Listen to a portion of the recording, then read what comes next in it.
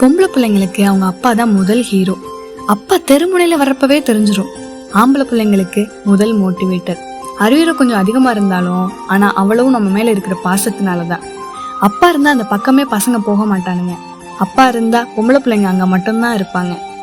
என் அம்மா 1000 புடவை புதுசா எடுத்தாலும் எங்க அப்பாவுக்கு தெரியாது. ஆனா என் கண்ணுல சின்னதா ஏதாவது இருந்துட்டா கூட கண்டுபிடிச்சிடுவாரு.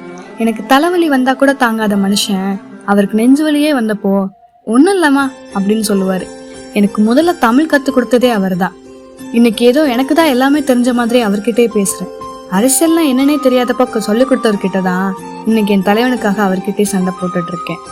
ஒரு நாளும் கஷ்டம்னா என்னன்னு நான் பார்த்ததே கிடையாது. ஆனா எங்க அப்பா அவர் வாழ்க்கையில வயசாகியும் கஷ்டத்தை தவிர வேற எதையுமே பார்க்கல. உன்னால படிக்க முடியலையா, கஷ்டமா இருந்தா வந்துருமா, நான் பாத்துக்கிறேன்னு சொல்ற அப்பா கிட்ட நாம அதை திருப்பி கேட்க மறந்துட்டோம்ல. நம்ம அப்பா 10 மாசம் நம்மள சுமக்கலையே தவிர அவரோட கடைசி நாள் வரை நமக்காக தான் இருப்பாரு. நீ ஜெயிச்சா உன்னை பார்த்து இந்த ஊரே பொறாமப்படும். ஆனா உன்னை பெத்தவங்க மட்டும்தான் பெருமைப்படுவாங்க.